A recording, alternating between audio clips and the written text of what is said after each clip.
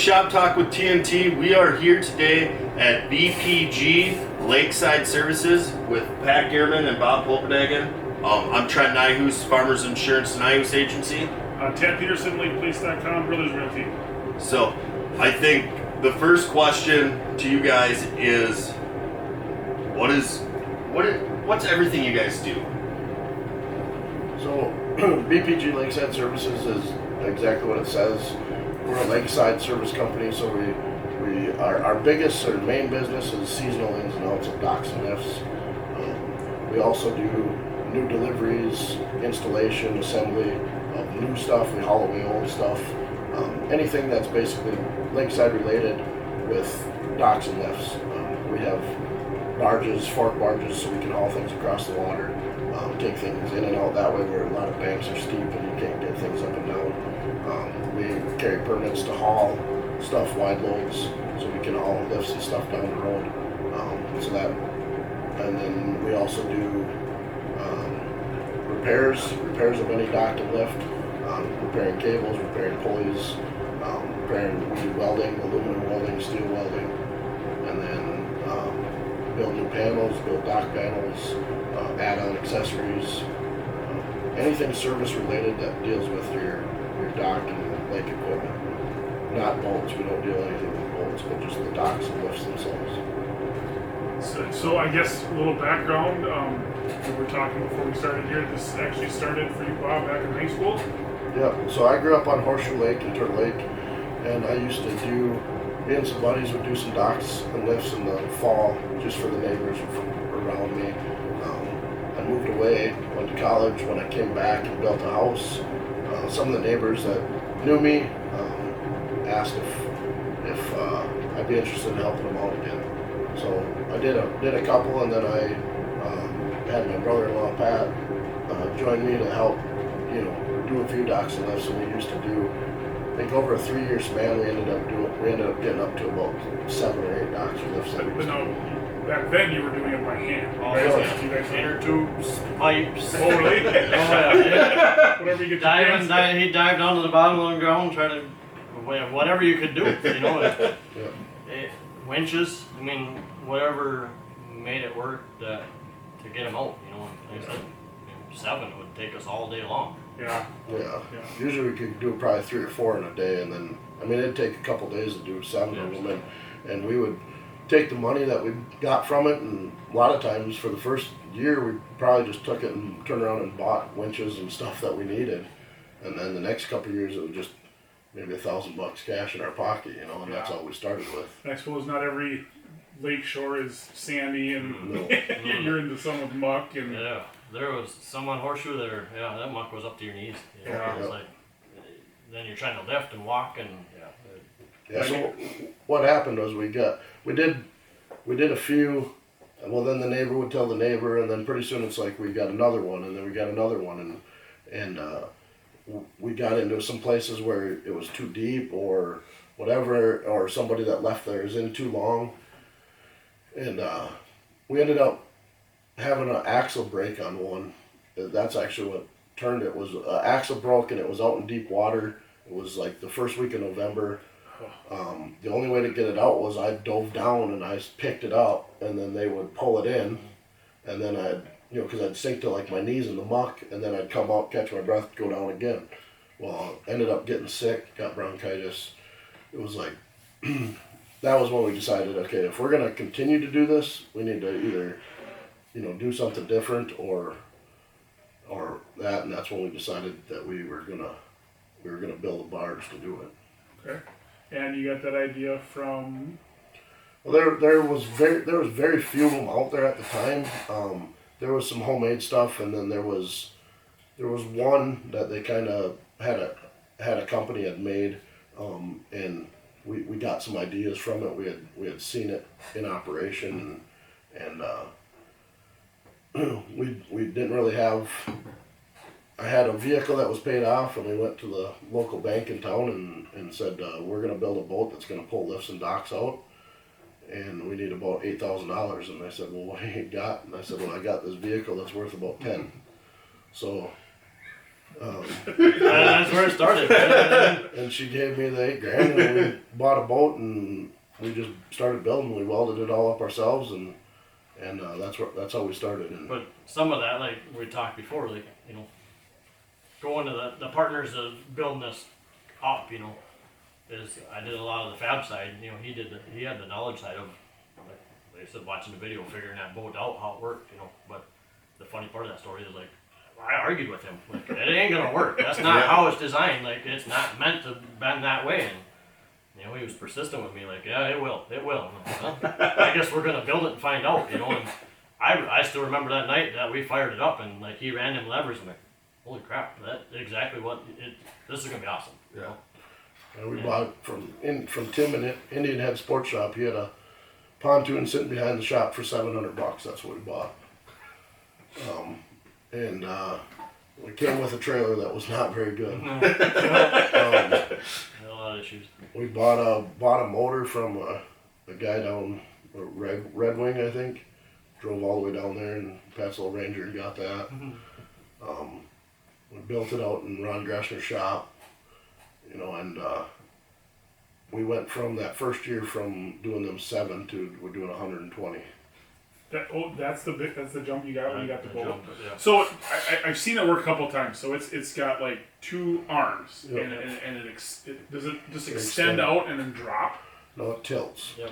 Okay. It's like a kind of like a rollback type forklift. Oh, okay. So the arms tilt down so we can go under the water. We can reach under the water probably 10 to 12 feet, and then Oh, we can wow. reach up into the air probably 15 to 20 feet. Okay. And then the forks extend in and out so we can push up on the shore. Okay. Um, So what? On this newest one. yeah. Okay. So So old the ones that we built were the forks were stationary, so like they they stayed didn't out move. all the time. We just it was a chunk of pipe we basically took out, slid them inside, and that's where it stayed. So it hung out, you know, 15 Okay. feet in front of the boat. all So the time. is there like counterweight? And I just imagine the boat going down the lake with the motor hanging out of it. No, that's what we thought too, and we put the toolbox in the back, we put that in the back, and stand in the back, and I mean it really balances, and honestly it's just a volume calculation. So anything with open space is going to float, you know. So it's like the more open volume you have, the more weight you can carry, and we've pushed it to the limits. I mean, we put the front end under the water, and I mean but you know, pontoons are very stable forward and back. They're side to side that they can roll, you know, like you watch the swamp loggers or whatever roll pontoons. Well, they're always picking them up off the side, so you're gonna roll. Okay. But yeah, I mean, it's always been just a learning experience, and basically we just went year after year. Like, this works, this doesn't. We add on. I mean, Pat was, like I said, the fabricator. He could weld. You know, I've gotten good at it now, but you know, starting out, that was all. You know, he did all the work. We'd go out, we'd work all day, we'd break something, we'd come back here, we'd weld it till 1 in the morning, we'd go back out the next morning at 7 o'clock and do it again. And we're still doing full-time jobs. Yeah. You know, Yeah. so Because back then it was just on the back weekend. this all started on weekend work, and you know, so weeknights you'd be, you know, weeknights building it, and then once it got going, it was all your maintenance weeknights, and whenever you had a spare minute, you know. And a lot of times it was Friday night, late, and then whatever you broke on Saturday, you fixed Saturday night, and you went out again Sunday. And and I mean, we're both, you know, ingenuitive people, so we can, you know, come up with ideas and things, make things work. And it's like we can get through a day, and then it's like, okay, when we get back, we're gonna build this. Yeah, I was that's gonna say gonna work you better. you probably got the idea already in your head by the time you got to the shop. Yeah. So it started off with just docks, but now you guys have got into, like, you know, one of your clients buys a new dock. So you pick up the dock for them, you take it out to the lake. I suppose you take the old one out first, and then. Yeah, so we have customers that'll. There's a couple. You know, the funny thing is, most of your dock companies in areas are built within the area, because docks aren't something you ship all over the country. You know, so like all your main dock companies are right here in northern Minnesota and western Wisconsin, and there's a couple that are factory direct, so people can buy them, but then they can't haul them, or they don't want to deal with putting it together. So we'll do that. We also have 3 different marinas that we do assembly, delivery, installation for. So they use us to to pick up the stuff or assemble it, deliver it and install it, or even just pick it up, deliver it and install it. We even have ones they'll haul it to the lake and we'll just pick it up at the landing, haul it across the water, put it in, set it up, Okay. adjust it to fit their boat, we'll haul away the old stuff. So anything that we can haul across the water for them is what we do. We used to get into a lot of where people would need repairs. Well, like I said, we're pretty mechanical and we would get into, we could do that, we can repair that, we just didn't have the time to. Mhm. It was like we were just seasonal, and then we could come back in the summer after our seasonal inputs and then do some of the Yep. repairs. And that's where it just got to be so much of that and the need for it and this and that, and that's, A lot of them marinas, a lot of them other companies don't want to do that side of it. Yep. They'd rather be the salesperson, Yep. and Yep. doing Just wanna that, sell so you they new don't Yep. want to do the fixing. So that's been a good match for. So what year did you? Because your first, you guys said you have 2 boats in operation right now, but you've had 3. The first one was 100% homemade. yep, Started off with a $700 one Yep. crappy trailer. What year was that? 2012. So Okay. we started in 07, doing them by hand. 07, 08, somewhere in there. And then that was 2011, 2012. The fall of 11 is when we built it. So that was Okay. the first year. Okay. So 11, 12 is when we built that first one. And then that one we used for a long time, and then we built another one in 2014, and we took some of the stuff off of the first one and put onto the second Okay. one. And Just a then little better boat. yeah, better boat, bigger boat. Bigger pontoons, Bigger pontoons. better float, Yeah, and then lift more. Not long. and we started with the boat, so we were able to, change the framework and stuff prior to moving like our stuff over to it. Okay. Knowing where our weak points were and stuff like that. Then we took the old boat and launched it in the Mormont's car wash. Put it on top of a Put it car on frame. top of the car. I think you remember that. Yeah. Yep. So then we got and that boat's still operational. That one we still use to this day. So. Okay. We did tear it apart here. I don't know. Yeah, we 3 tore. years ago, kind of revamped it. There was some of the steel was getting bent and upgraded, like the hydraulic motor. We found out some issues that we didn't know ourselves. We bought a hydraulic motor, a hydraulic pump, and the pump was rated for minimum 10 horse. Well, we were running it with a 6 horse or 8 horse. Yeah. So we weren't getting that power volume. Well, we didn't know it until we actually had a pump issue, and then we got reading into it. Like, oh, this recommends a 10 horse, so upgrade that, and that kind of upgraded the whole boat. Then new flooring, new console, and just kind of redid the whole boat at that time. We had the funds, and like let's make it nicer and more usable. I mean, I would say because it was a side business, I told Pat if we could make money in the first 5 years, I thought we were successful, and basically 2 years into it, everything was paid off, and it's like, But now, but for the first 2 years, we stuck everything we got we right didn't, back. we didn't took no money from Yeah. it. Like, Yeah. it all went back into it. We paid our people. Yeah. That was it. And then stuck everything back into the boat and the business, and and then that was in 2012 was when we created an LLC and created the business as a business.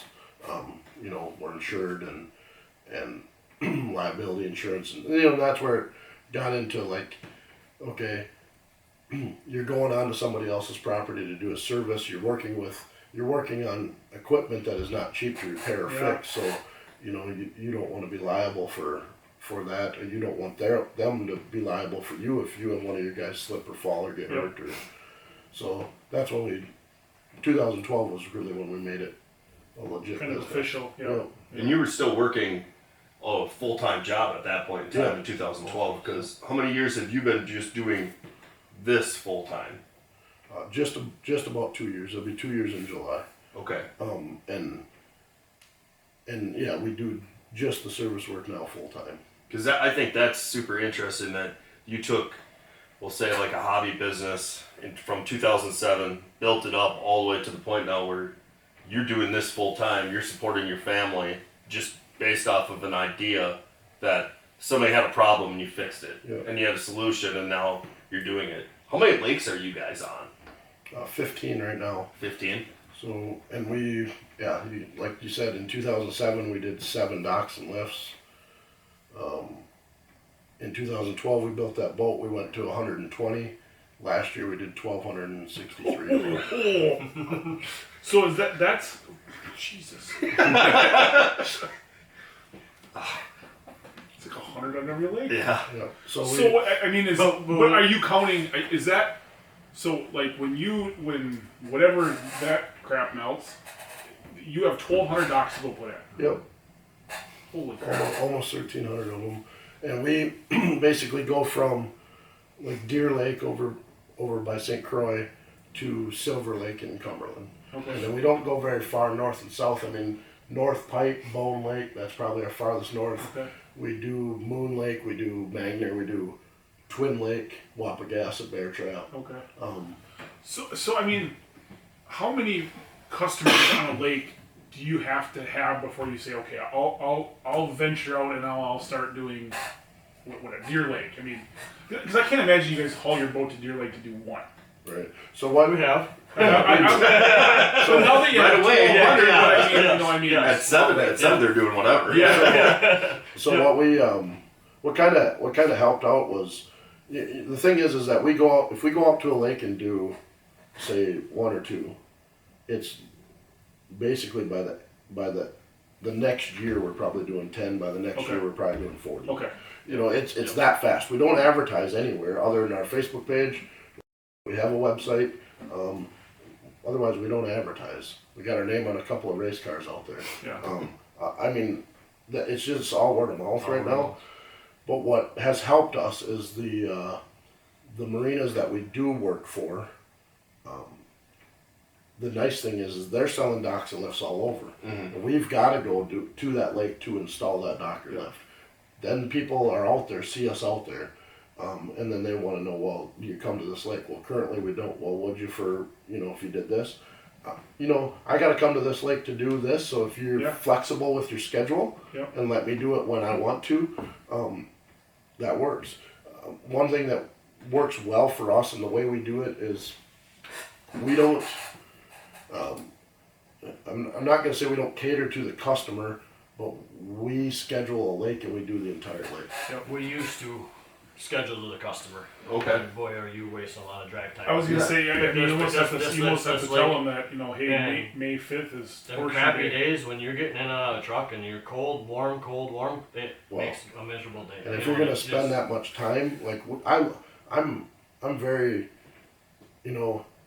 prior to here, obviously I've done some other management jobs and I'm very, I want to be productive when we're there. And so what happens is, if you're gonna go to a lake and do 2 or 3 and then get back in the truck or load up and go to another lake, your price is gonna have to be, Yep. way higher. Yep. So, for us to keep our prices reasonable and keep them where they're at, and people understand it, and we put 1,200 in within 4 weeks. So when the ice comes out, 4 weeks is what it takes us to put them all in. Okay.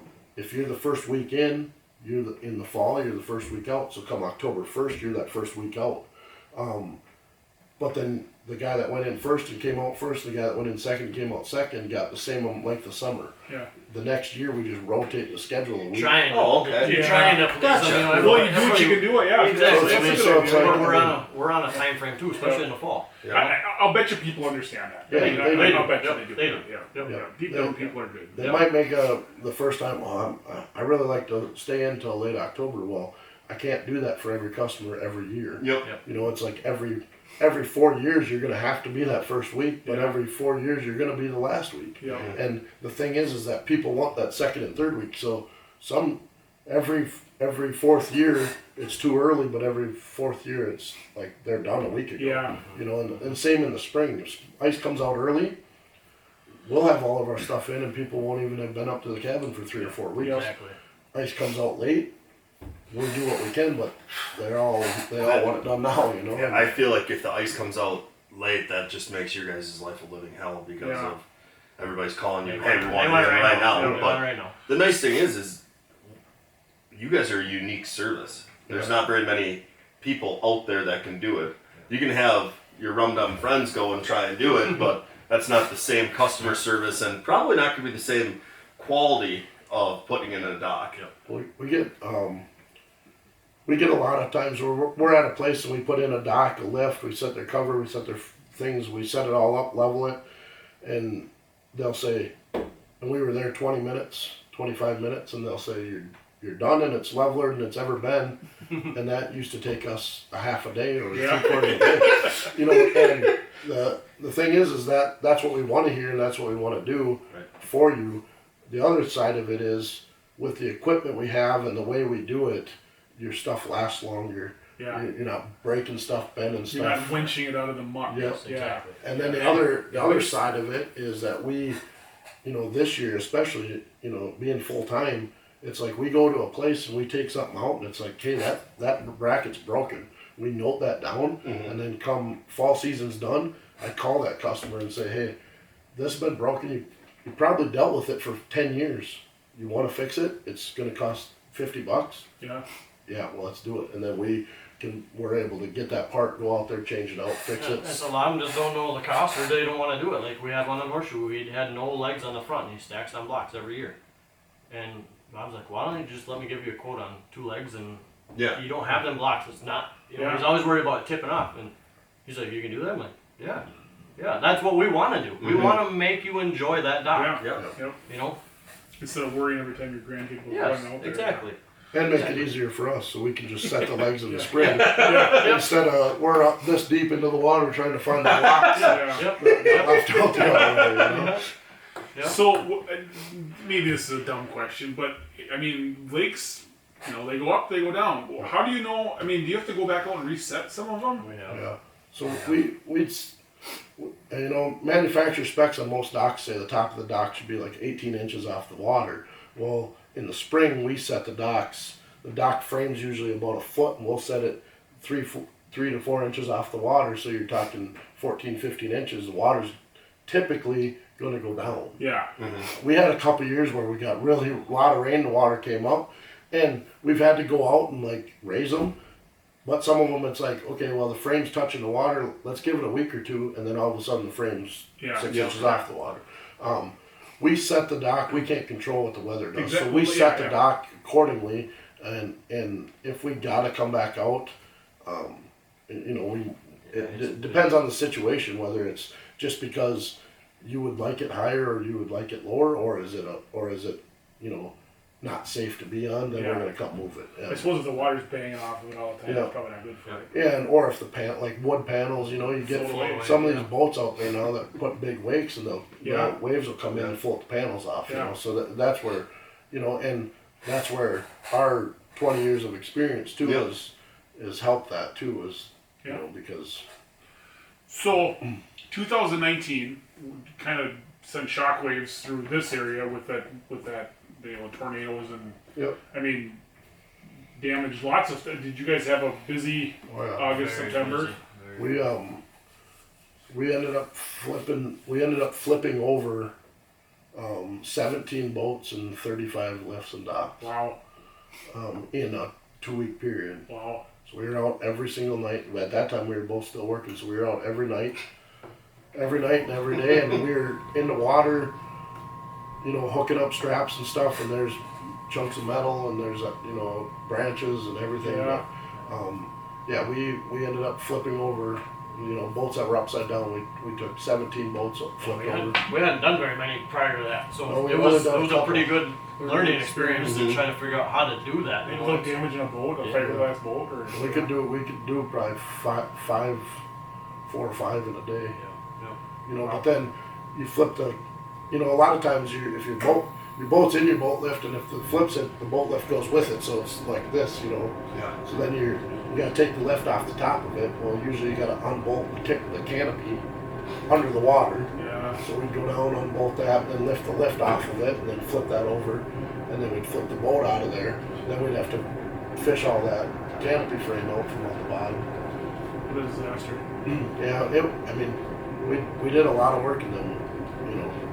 And again, you start putting work like that on your boat, you start breaking things and things happen. We were doing stuff that it wasn't meant to be doing. Well, it's kind of cool that you had that stuff in place to help. I just remember, you know, going down to different lakes doing my job, and their docks swung around and up against the shore, and they're like, yeah, we don't know what we're gonna do with that. Yeah. I know a guy. But I mean, how do you do? Yeah, I don't know. Yeah, from shoreside or my swimming here, it's awesome. Yeah, and it was good to be, the local company that could do it, because there's other companies that we know of that came down here and did some of them, and it was like we know what they charge, and it was just like that price gouging at its finest, just There was, chasing. I no offense to anybody, there was some predatory people around here for a few months, and that's not just Lakeside. No, right. Yep. Yeah, that was everything. But, yeah, they take advantage because you're in need and you can't get people. But it was nice to be able to be that. And then we also had, people that knew about us. Like Horseshoe Lake was really bad. The landing, you couldn't even get into the landing, and guys went down there and they basically cut a 10-foot path from the road to the landing, and we had to back in from the road. But it was the day after the storm we were on the lake. And I had stuff. I didn't even have power here yet. We're out there helping flip the boats over, and it was. But that's what we had to do. Yep, I know. Yeah, Your business goal. What's the earliest you guys ever put in a dock? Earliest and latest, because I think I have an idea which the latest one is, and I think I know who it is. But what was the earliest you guys have ever put one in? The earliest we've ever put one in was the last week in March. Okay. That was probably about 8 years ago now when we had up this spring. Don't think we're gonna get that. No. Not after today. What's the latest you took one out of the water? We did one deer hunting week, so right around Thanksgiving one year. wow, is that just somebody that forgot? Forgot or thought they had somebody lined up. We ran into that here last year with a company north of us that got out of business. Well, Yeah. they didn't know. Some communications wasn't put out, so they thought their stuff was getting taken care of. Taken care of. It wasn't, so they're And scrambling. we schedule all of our stuff in October. We'll take anybody that says they're ready after the holiday in September. We'll go out and do them here and there, especially if we're on the lake doing something else. We'll grab a couple of them, but otherwise it's basically the 4 weeks or 5 weeks of October. That gives us the first couple weeks of November for any stragglers or anything out there. This year we actually finished up early, and we called over to another company that's not far from here that we see them all the time, and we said, hey, where are you guys at? And they had a couple weeks left, and I said, just give me a heads up, we've got an open March, so and hopefully down the road they do the same to us. The thing is that all of the dock service companies around here know each other, and everybody's kind of got their own territory, and they overlap a little bit, but there's so much work, it's not a big deal, and we're more than willing to help each other. I was up. He was struggling for some help to people, and we're fortunate enough that the majority of them that are with us are family, or very close friends that are. I've been with us for a long time too. Yeah, long time, and cater to us pretty well. So we're pretty fortunate on that end of it. So, Pat, you still worked at full time. Bob, you actually, this is your full time job. So I can't imagine. If and you do have an employee. Yeah. So you guys are mostly kind of weekend warriors as far as taking the docks in and out. What goes on during the week? Can you and your employee go out and take all the docks? So this fall we were taking. I have a couple seasonal guys too. Once again, technical difficulties because me and Tad know nothing about technology, but that's pretty normal for us.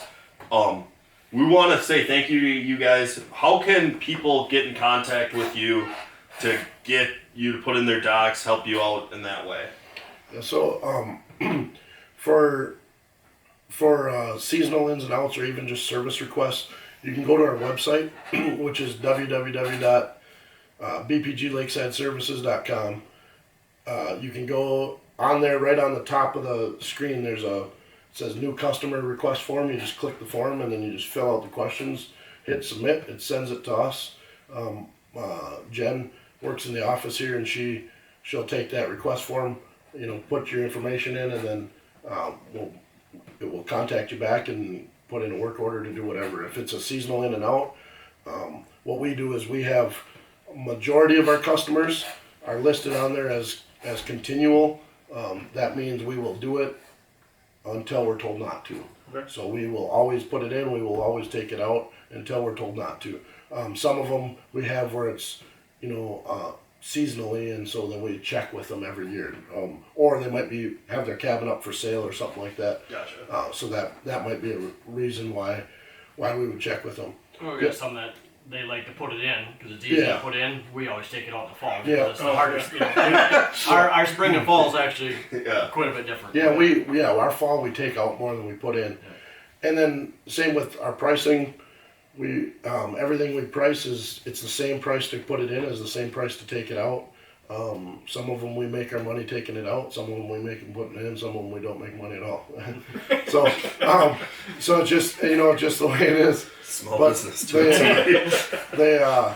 And then what we do is we make our schedule. You can Google us. You can go on our Facebook page. You can go on our website. Everything's on there, and then you can. We post our calendar, our seasonal in and out calendar on our Facebook page. We post it on our website, and then we have Jen's created a mass email list per lake, and we send out the email to everybody. Okay. So Oh, nice. everybody gets it. The lake, most of your lake associations out there or something will have a Facebook page. Yep. They're copied to us, so as soon as they see it on ours, they'll share it, and then everybody sees it. I mean, I get so many calls that'll people be like, "Hey, I see you're coming out next week," and be like, "Yep, you got the calendar." Then they're just telling me that they left this here or want to do this differently or put it here, And that was one other point I did want to bring up too, and with about our business, with the way we take docks in and out. We had talked about that your equipment lasts longer, things don't break.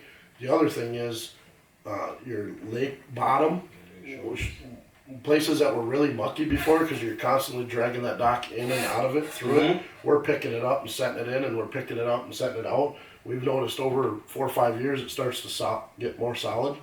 The other thing that is cabin that I was talking about that was knee deep. Yeah, you it's- can walk out to the end of the dock, no problem. the other thing is Oh, really? that you used to pull your dock up the stairs because that was convenient. Yep. But you always looked at it all winter, and now you want it over there on the edge of your property. We pick it up, we take it over there and Okay. set it there. There's nothing different on it. We don't care either way, Yep. so we're picking it up no matter what.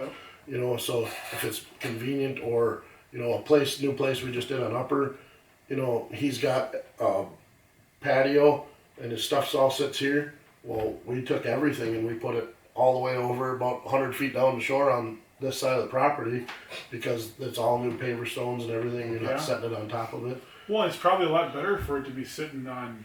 I mean, if you can find level ground for it Level to sit ground, on too, something better. rather than tying it to a tree or something so it doesn't roll back down the hill. Yeah. So I mean that's another advantage to using a service like us is that you have those options as well. Yeah. Yeah. So Yeah, and we're picky ourselves. We want it to look nice Yeah. from lakeside. Yep. I don't care. It's middle of winter, but Well, and if I mean, how like take a lake like Horseshoe. How many people do you have on Horseshoe? almost most of the majority of Lake. I mean, I'd say 75% of So I mean, you're talking 300. Yeah, there's I think 118 addresses, and we do like 85. Okay. Well, addresses. I guess what I was getting at is if you take off a couple of them, there's no greater marketing than word of mouth, but that can work against you as well. I Oh, mean, right, yeah. yeah. So, I mean, Yep. No. Yeah, if you do. Anybody who's passionate like you guys are about a business, you're passionate because you want it done. You want it done right. Yep. And you guys are not to only to save your back, but also We put them in. A level Yeah. goes on there. We Yeah. put everything's adjusted to a level, and Yeah. because there's some cabin owners that are that. Yeah. So why not make it that picky across the board then? How fast can you spend $30,000 on a dock? Yeah. I mean, Yep. I'd be picky too. Yep. Exactly. And Yep. advantage for us is that we like I said, with the service going all year long, we're on lakes multiple times all summer, And I can't tell you how many times this summer I'd be going by a dock that we put in, and it'd be like, there's no way we put that thing in like that crooked, you know. And I'll swing in there and be like, oh no, the bolt wasn't tight or it settled or whatever. We'll just fix it and drive away, and nothing said about it. But it drove me nuts just looking at it. And they probably dealt with it all year long, you know. But it's not right. And it's not, you know, what I want to see. I mean, I want to drive down the lake and see them all look like they're supposed to, you know. Well, thank you guys again. Shop Talk with TNT. I'm Trent Nyhus, Farmers Insurance Nyhus Agency. I am Tad Peterson with FlakePlace.com Brothers Realty. Thank you guys very much. Very interesting. Thank you. Yep. Thank you. Make sure you guys like and subscribe and go to their Facebook page, BPG Lakeside Services. Give them a follow and make sure you like and subscribe our YouTube page and our Facebook page. So thanks everybody.